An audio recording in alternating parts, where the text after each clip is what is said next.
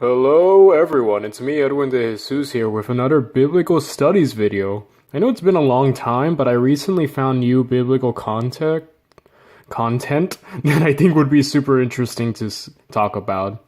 And for today's topic, it's about, well, have you seen the title, The Witch of Endor? Not the Star Wars planet. but okay, so let's get right into this. I'm going to be reading from 1 Samuel chapter 28. It's a book in the Bible, but first, before I read it, let me give you some context. So Saul, the king of Israel, basically fell out of favor with God, and since God would not answer him, and a big opposing army was getting ready to attack him, he needed some, I guess, supernatural help.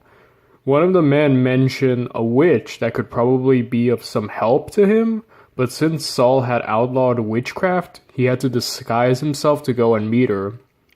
Now, with that said, let's begin the reading. So Saul disguised himself and put on other clothing and left, accompanied by 2 of his men. They came to the woman at night and said, "Use your ritual, pit to conjure up for me the one I tell you." But the woman said to him, "Look, you are aware of what Saul has done. He has removed the mediums and magicians from the land. Why are you trapping me so that you can put me to death?"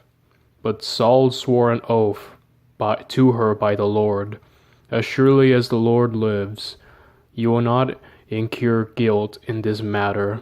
The woman replied, "Who is it that I should bring up for you?" He said, "Bring me up for Samuel."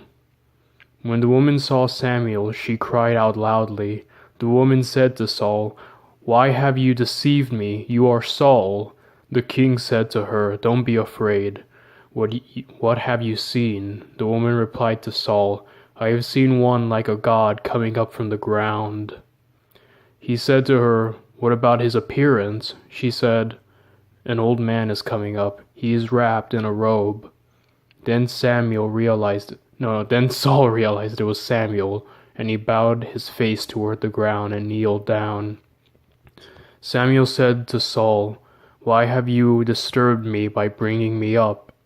Saul said, "I am terribly troubled. The Philistines are fighting against me, and God has turned away from me. He does not answer me, not by the prophets nor by dreams. So I have called on you to tell me what I should do." Samuel said, "Why are you asking me, now that the Lord has turned away from you and has become your enemy?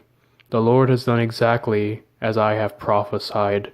The Lord has torn the kingdom from your hand and has given it to your neighbor David. Since you did not obey the Lord and not carry out his fierce anger against the Amalekites, the Lord has done this thing to you today. The Lord will hand you and Israel over to the Philistines tomorrow. Both you and your sons will be with me. The Lord will also hand the army of Israel over to the Philistines." Saul quickly fell full length on the ground and was very afraid because of Samuel's words. He was completely drained of energy, not having eaten anything all that day and night. When the woman came to Saul and saw how terrified he was, she said to him, "Your servant has done what you asked. I took my life into my own hand and did what you told me. Now it's your turn to listen to your servant.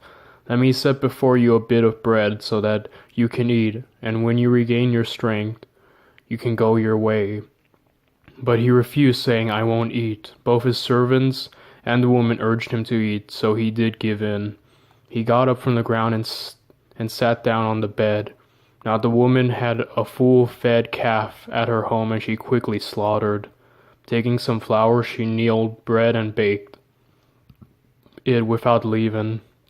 She brought it to Saul and his servants, and they ate. Then they arose and left the same night. After that, the witch is never mentioned again, and this entire passage has honestly left a lot of people puzzled about this problem of bringing people back from the dead. And how could this witch, who obviously isn't godly, could possess such power? But allow me to clarify this. Yes, there is black magic and witchcraft, and it does exist. Another example of witchcraft in the Bible is when Moses turns his staff into a snake, but the magicians of Pharaoh do the exact same thing. Yes, black magic is a serious and real thing, and that is why Saul banned it in the first place.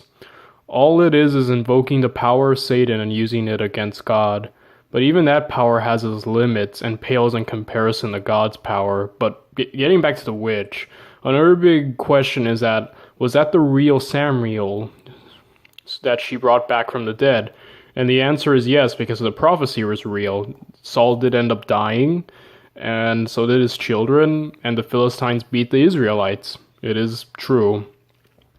Now you might be thinking of how could a spirit from heaven be brought back to earth, but let me clarify that no soul is truly in heaven right now. Now I'm going to go off on a side tangent, but let me explain. So Jesus told a story or a parable of a rich man and Lazarus. So like Lazarus was a poor person and the rich man was, well, a rich dude. They both lived their lives, and one day Lazarus died, and the rich man never really helped him even though he could have. So eventually when the rich man dies, he goes to hell, and when he's at hell, he can look up to the resting place of the good people that died. He sees Lazarus with Father Abraham, the father of faith and the first Jew.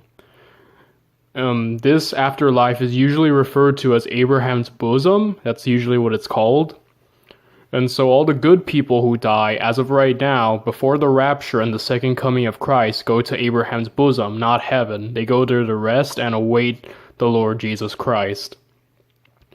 But with that said, how exactly the witch was able to do this remarkable, thing and just, bring back a dead person really shows you the power of dark magic and how serious and real of a threat and real power it can be.